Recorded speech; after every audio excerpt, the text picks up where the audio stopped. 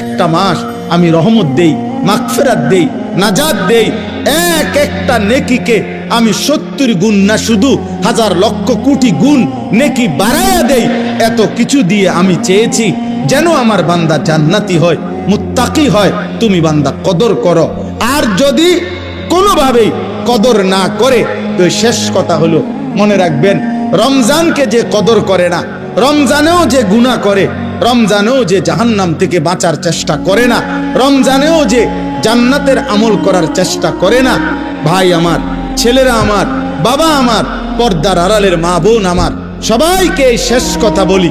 আল্লাহ রসুল বলছে, জিব্রাইল আইসা রমজানের শেষ দিন নবীজিকে আইসা বলে গেছে, ইয়া রসুল আল্লাহ, এত বড় রমজান পেল, ইফতার, সাহারি, তারাবি, এতেকাফ, শবে কদর, প্রতি ঘন্টা মিনিটে এত মাফ নেওয়ার সুযোগ থাকার পরেও যেই নাফরমান জাহান্নাম থেকে বাঁচার চেষ্টা করে নাই, গুনাহ থেকে আল্লাহর কাছে মাফ নেয় নাই, জান্নাতের জরুর আশা পূর্ণ করতে পারে নাই, আমল করতে পারে নাই, খোদার কসম নবীজি বলছে, জিব্রাইল আইসা বলছে, ইয়া রাসূলুল্লাহ, এমন নাফরমানের উপরে আল্লাহর লানত, আল্লাহর লানত, লানত, লানত।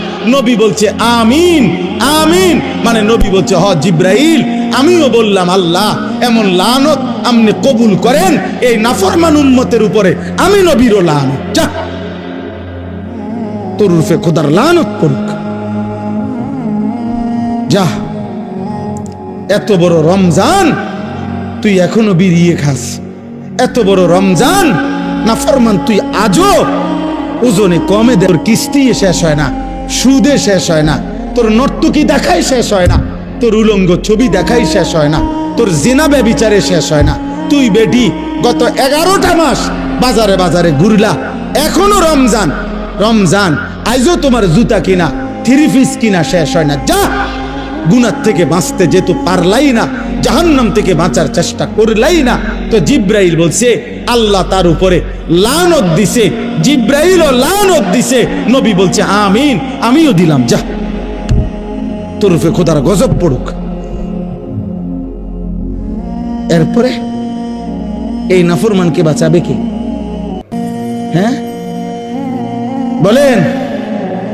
অতএব বাবা, তামসা করো, কোনো অসুবিধা নাই। আমাদের সামনে মাহে রমজান, আমাদের সামনে মাহে রমজান। আল্লাহ তাআলা বলছে, ইয়া আইয়ুহাল্লাযীনা আমানু, হে ঈমানদারগণ, তোমরা আমার, পৃথিবীর আর কেউ শুনুক আর না শুনুক, মুমিন, তুমি বলতেছো তুমি মুমিন, তুমি বলছো তুমি মুসলমান, তোমার মুখ দিয়ে তো তুমি লা ইলাহা ইল্লাল্লাহ বলতেছো, তোমার মুখ দিয়ে তুমি মুহাম্মাদুর রাসূলুল্লাহ বলছো। অতএব আমি তোমার কাছে চাচ্ছি, কুতিবা আলাইকুমুস সিয়াম, তোমাদের জন্য আমি রোজাকে ফরজ করলাম, কামা কুতিবা আলাল্লাযীনা মিন ক্বাবলিকুম, তোমাদের পূর্ববর্তী ঈমানদারদের উপরেও আমি রোজা ফরজ করেছিলাম। কেন? লাআল্লাকুম তাত্তাকুন। আল্লাহ বলছে, গত 11 মাসে আমি চেয়েছি তোমাকে মুত্তাকি বানাইতে। আমি 11 মাস ধরে বলছি, ইত্তাকুল্লাহ, ইত্তাকুল্লাহ, ইত্তাকুল্লাহ, আল্লাহকে ভয় করো, আল্লাহকে ভয় করো, আল্লাহকে ভয় করো, আল্লাহকে ভয় করো। কিন্তু কোনো পাত্তা দিলা না বান্দা, কোনো পাত্তা দিলা না। ঠিক আছে বান্দা, যাও, আমি আল্লাহ আবারও দয়া করে সব বাদ দিলাম, 11 মাস বাদ, যাও, একটা মাস মাত্র এবার, আইয়ামাম মা'দুদাত, 30টা দিন গোনা গোনা, 30 দিন, 31 দিন হবে না, 32 দিন লাগবে না, 30 দিন, 30 দিন, কথা কথাই, প্রয়োজনে একদিন কমায় এলামু, 29 দিন, হয় 29 নয় সর্বোচ্চ 30, 30টা দিন তুমি রমজান পালন করবা, একটা গুনাহ করবা না। চুরি, ডাকাতি, জিনা, ব্যভিচার, মদ, জুয়া, অশ্লীলতা, বেহায়াপনা, অসভ্যতা, নোংরামি, বেপরদিগি, উলঙ্গতা, অসভ্যতা, হারাম উপার্জন করবা না। আর জিকির করবা, তিলাওয়াত করবা, রোজা রাখবা, ইফতার করবা, সাহারি খাবা, তারাবি পড়বা, শেষ দশকে এতেকাফ করবা, শবে কদর তালাশ করবা, প্রতিদিন কাঁদবা, দোয়া করবা, মুনাজাত করবা, একটা মাস গুনে গুনে আমার ইবাদত আমলে কাটাইবা, গুনাহ থেকে বেঁচে থাকবা। আল্লাহ বলেন, আমি 30 দিনেই তোমারে মুত্তাকি বানায়া জান্নাতি বানায়া দেব, লাআল্লাকুম তাত্তাকুন। আল্লাহ তাআলা বলছে, বান্দা, কঠিন হবে না, কষ্ট হবে না, দেখো তুমি নিয়ত করলে পারবা। এখানে আছে ইউরিদুল্লাহু বিকুমুল ইউসরা ওয়ালা ইউরিদু বিকুমুল উসরা। আল্লাহ তাআলা বলে, বান্দা আমি যেমনে যেমনে রমজান সাজাইছি, রমজান, রোজা, ইফতার, সাহারি, তারাবি, এতেকাফ, শবে কদর, যেটা যেমনে সেটিং করছি, আল্লাহ বলে বান্দা বিশ্বাস করো আমি নিজে, আমি আল্লাহ খেয়াল রাখছি তোমার যেন সহজ হয়, কঠিন যেন না হয়। এইভাবে আমি আল্লাহ বিধানটা আমি নিজের হাতে সাজাইছি। ইউরিদুল্লাহু বিকুমুল ইউসরা, তোমার কঠিন হবে না, তোমার কঠিন হবে না। আমি জানি তোমার ভিতর বাহির, তোমার শরীরের যোগ্যতা কদ্দুর, এ তো আমি দিছি বান্দা। তোমার শরীর স্বাস্থ্য, তোমার জীবন যৌবন আমি দিছি। তুমি অসুস্থ প্রচন্ড, কোনোভাবেই তুমি পারবা না, তো ঠিক আছে, ফামান কানা মিনকুম মারিদান, তুমি যদি প্রচন্ড অসুস্থ হও, যে অসুস্থতা রোগ বেড়ে যাবে রোজা রাখলে, তো ঠিক আছে, যখন সুস্থ হও তখন তুমি কাজা করে নিও।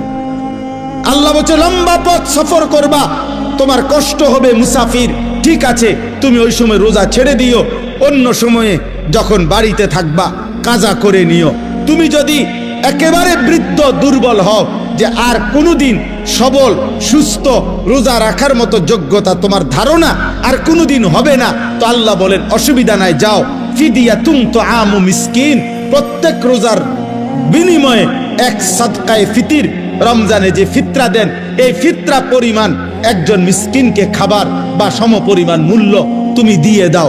আল্লাহ বলেন সব রকমের সুযোগ রাখছি।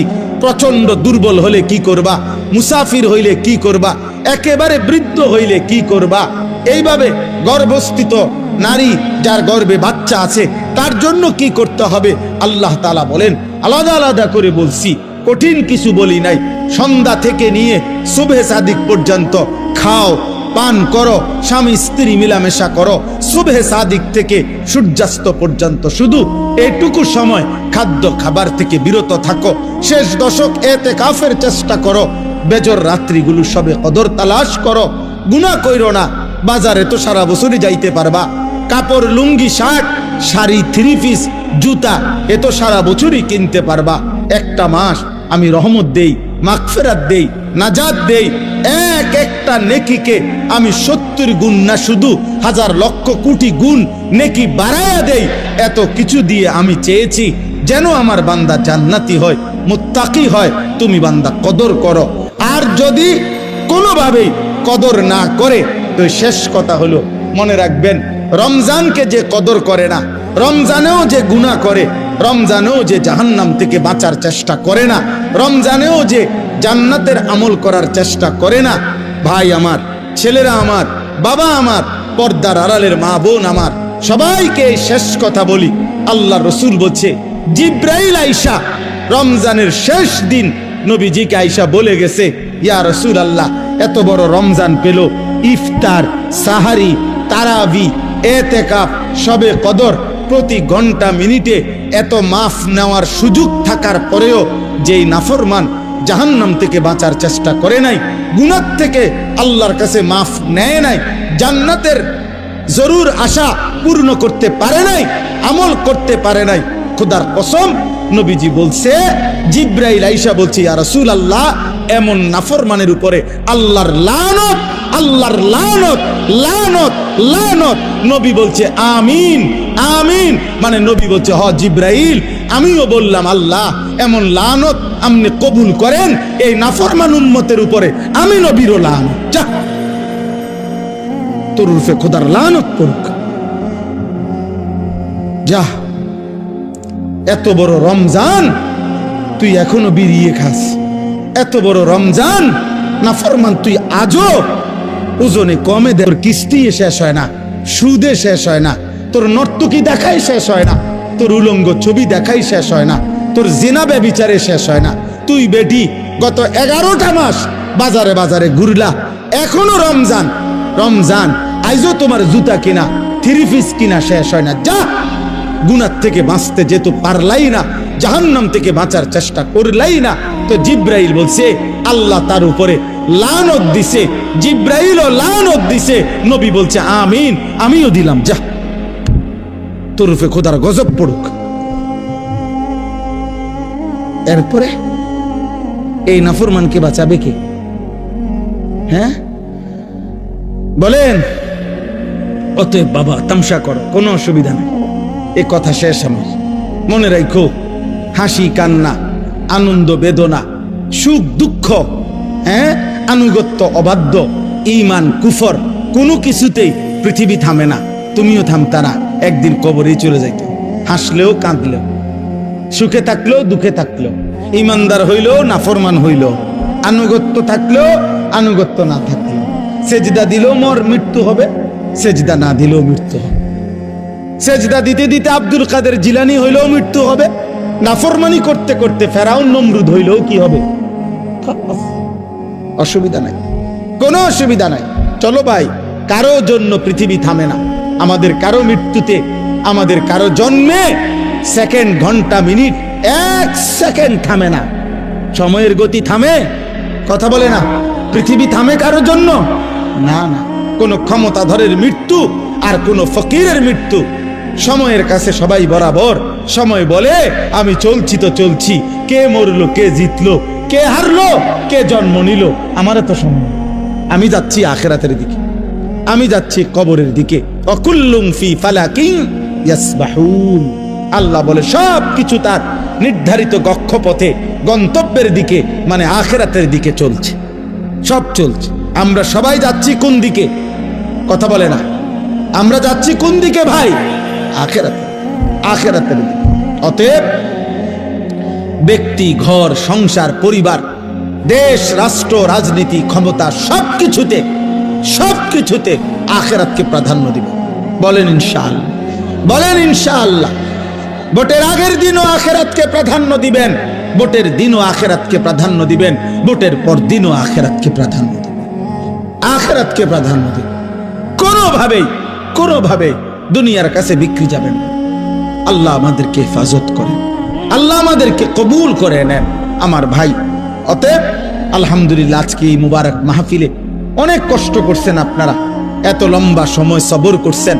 আলহামদুলিল্লাহ, আল্লাহ তাআলা এই ফুলগড় বারেশ্বর মাদ্রাসা আল্লাহ কবুল করে নেন। আজকে যেই ছেলেরা হাফেজে কোরআন হয়েছে, আল্লাহ তাদেরকে কবুল করে নেন। যাদের সহযোগিতা করেছে, তাদেরকে হাদিয়া দিয়েছে বিভিন্ন রকমের, মাশাআল্লাহ, আল্লাহ তাআলা তাদের সবাইকে কবুলার মঞ্জুর করে নেন। আমার একটা ছোট্ট পরামর্শ আছে, সেই পরামর্শটা হইল, না মানলেও সমস্যা নাই, বাকি আমি আমার পরামর্শ হইল, ওই যেই প্রবাসী কল্যাণ সংস্থার নাম বলছেন কি জানি, বারেশ্বর প্রবাসী কল্যাণ, বারেশ্বর প্রবাসী কল্যাণ সংস্থার কাছে, আপনাদের কাছে আমার পরামর্শ হলো, আমার আন্তরিক প্রশংসা হলো, প্রতি বছর যে হাফেজে কোরআন হবে তাকে একটা সাইকেল পুরস্কার দেওয়া হবে। সাইকেল পুরস্কারের সাথে কোরআনের হাফেজের কি সম্পর্ক আমি এটা বুঝলাম না, আমার এটা মাথার ধরল না। সাইকেলের সাথে কোরআন হেফজের সাথে সম্পর্ক কি হইল? এতে করে সে কি করবে, মানে হাফেজে কোরআন সাইকেল দিয়া আলাদা কি লাভবান হবে, এটা আমার মাথায় ধরল না। এটা আমি বুঝলাম না। এই জন্য আমার পরামর্শ হলো, কোনো হক্কানি মুত্তাকি আলেমে দ্বীন থেকে পরামর্শ নিয়ে আপনি জেনে নেবেন যে কোনো তালেবে ইলমকে, কোনো মাদ্রাসার ছাত্রকে, কোনো হাফেজে কোরআনকে কি পুরস্কার দিলে তার উত্তম হবে, তার সারা জীবনের এলেম অর্জনের জন্য কাজে লাগবে, পড়ালেখার জন্য কাজে লাগবে। এখন এইটা দিয়ে যদি সে কালকার থেকে গোটা এক মাস সরকির মতো সারাটা মুরাদনগর ঘুরে, তাইলে প্রবাসী কল্যাণ সংস্থার নেকি কি হবে আমি বুঝি না। এই জন্য আমি এটা ফিরাইয়া নিতে বলি না। আমি এবার তো দিছেন আলহামদুলিল্লাহ, কিন্তু উনি বলছেন প্রতি বছরেই একটা সাইকেল দিবে না। পৃথিবী যদি সবাই, আপনার যেই সম্ভাবনা দেখা দিছে বাংলাদেশে, যেই প্রতিশ্রুতি এইবার নির্বাচনকে সামনে রেখে, আমি তো ধারণা করতেছি 13 তারিখ যেই জিতক 12 তারিখ প্রত্যেকের হেলিকপ্টার দিবে। বুঝেন নাই কথাটা?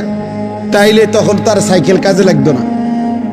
এই জন্য তালেবে ইলম, এটা নিরুৎসাহিত করছি না, আপনারা পুরস্কার দিবেন, হাদিয়া দিবেন, কিন্তু আলেমে দ্বীন থেকে মশওয়ারা করে দিবেন, অর্থাৎ যেন ওই বাচ্চার আজীবন তার এলেমের কাজে লাগে।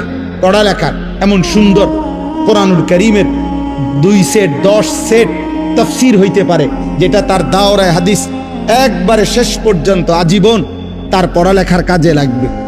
রাসূলুল্লাহ সাল্লাল্লাহু আলাইহি সাল্লামের হাদিসের অনেক কিতাব, তাকে 30,000 টাকার কিতাব দেন, তারে 20,000 টাকার কিতাব কিনে দেন, যেটা সে আজীবন কি করবে, পড়ালেখা করবে। হ্যাঁ, আমার ছেলে হাফেজ হইয়া পুরস্কার পাইছে তফসিরে তাওজিহুল কোরআন।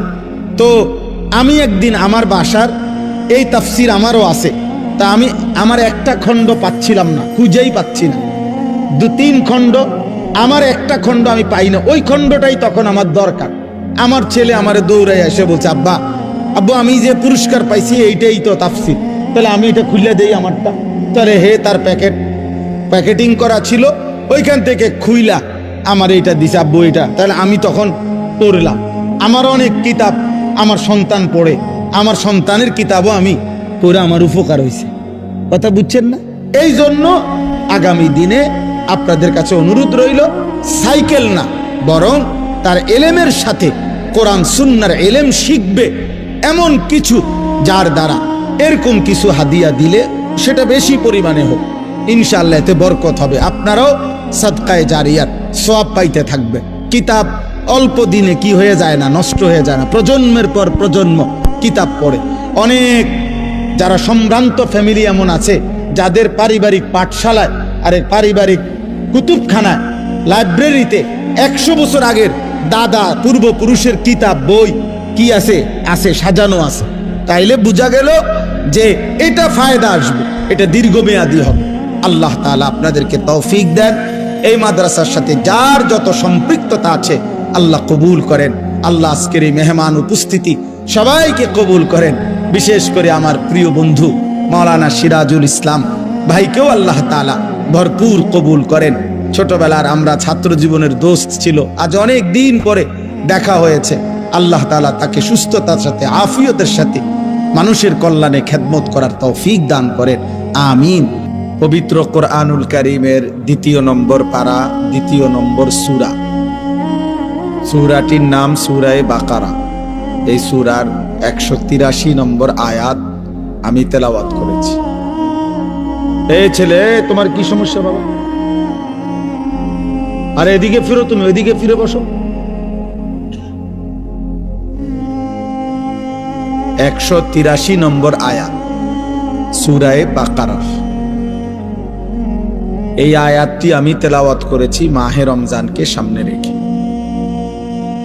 পবিত্র কোরআনুল কারীমের সূরায়ে বাকারার এখানে 5টা আয়াত, 183 থেকে 187, 183, 84, 85, 86, 87, এই মোট 5টি আয়াতে রমজান, রোজা এবং রমজানের সাথে প্রাসঙ্গিক শরীয়তের বিধিবিধান, আল্লাহর বিধিবিধান আল্লাহ তাআলা বিস্তারিত এখানে উল্লেখ করেছেন।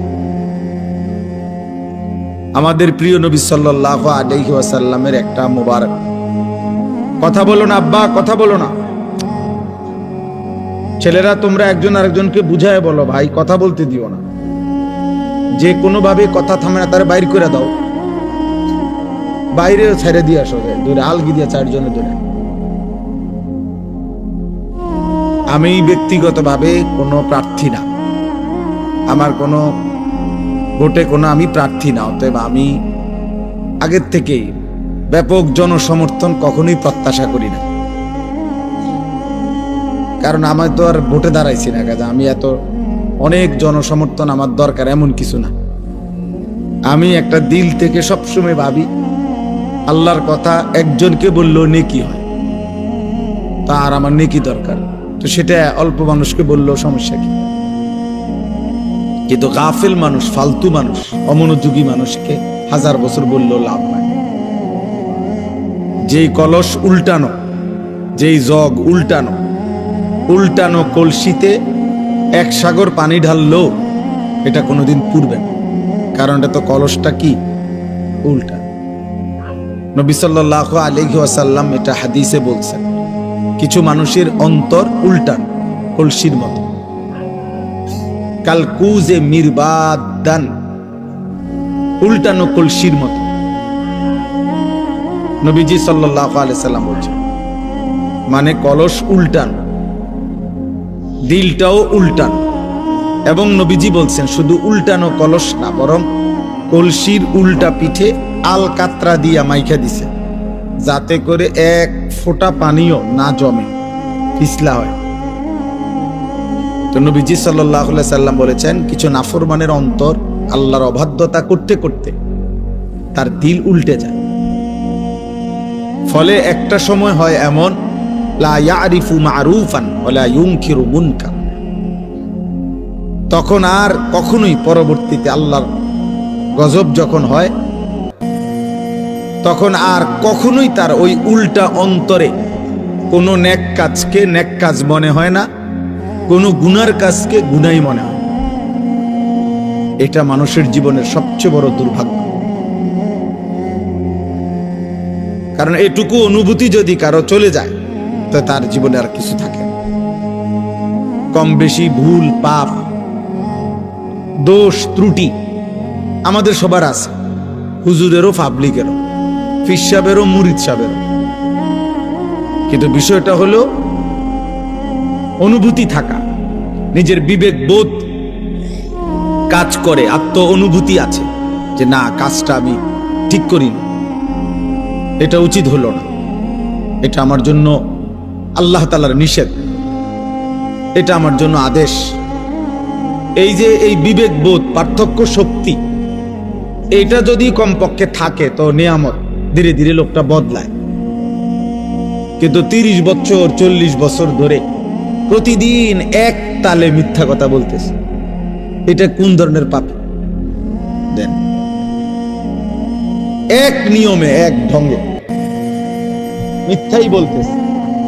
আজকে 40 বছর ধরে সুদ খায়, এটা কেমন সুদ করে? আজকে 60 বছর ধরে প্রতিদিন গালি দেয় এক তালে, এটা বেটার কথা বললেই নিয়ম, গালি দেয়। এক হাতে সিগারেট খাইতেছে, মুখে অকথ্য গালিগালাজ করতেছে, সামনে রঙিন টেলিভিশনে নাচ গান চলতেছে। মানে এটা যে গুনাহ, বছরের পর বছর তার বিবেকের মধ্যে এতটুকু অনুভূতিও নেই। এটা অনেক বড় লানত, অভিশাপ, এটা অনেক বড় দুর্ভাগ্য, বদনসিব, যে দিনের পর দিন, মাসের পর মাস গুনার পর গুনাহ, কিন্তু তার কখনো এটা অনুভূতিও হয় না, তার অনুভূতিও হয় না, তার শরীরে কোনো সৌদে নাই। ওই যে সর্দি মারাত্মক হইলে ঘ্রাণ শক্তি কমে যায়, তখন তার আর নাকে সুদ থাকে না। এই গুনাহ আর নাফরমানি যখন বেড়ে যায়, তো ধীরে ধীরে মানুষের উপরে যে মুসিবতটা আসে, সেটা হলো আল্লাহর পক্ষ থেকে যেই আযাব আসে, সেই আযাব হলো আল্লাহ তাকে আত্মভোলা করে দেয়। ফাআনসাহুম আনফুসাহুম। এজন্য তাফসীরের মধ্যে আছে, কোন মানুষের উপরে দুনিয়াতে আল্লাহর সবচেয়ে বড় শাস্তি কি? দুনিয়াতে সবচেয়ে বড় শাস্তি, তাকে আল্লাহ আত্মভোলা করে দেয়, আপন ভোলা। অর্থাৎ সে আর কোনোভাবেই বোঝে না সে কে, তার উচিত কি, করণীয় কি। খাইতেছে, ঘুমাইতেছে, পেশাব করতেছে, পায়খানা করতেছে, ঘুমাইছে তো ঘুমাইতেছে, মুতে ধরছে তো একখান দিয়ে মুতে দিছে। এটা কি রাস্তা? এখানে মানুষ চলাফেরা করে কিনা, কেউ দেখলে কি মনে করে? কোনো কিছু। হালালও খায়, হারামও খায়, গালিও দেয়, সালামও দেয়, মদও খায়, মধুও খায়, মাকেও দেখে, বোনকেও দেখে, আবার মোবাইলে টেলিভিশনে নর্তকীও দেখে, আপন স্ত্রীও দেখে, উলঙ্গ ছবিও দেখে। মানে পার্থক্য নেই তার ভিতরে, আর এই অনুভূতিটুকু কাজ করে না। সবকিছুই তার কাছে বরাবর। কষ্ট করে কামাই করে পয়সাও নেয়, সুদের টাকাও নেয়, কিস্তিও নেয়, সব মিলাইয়া 30,000,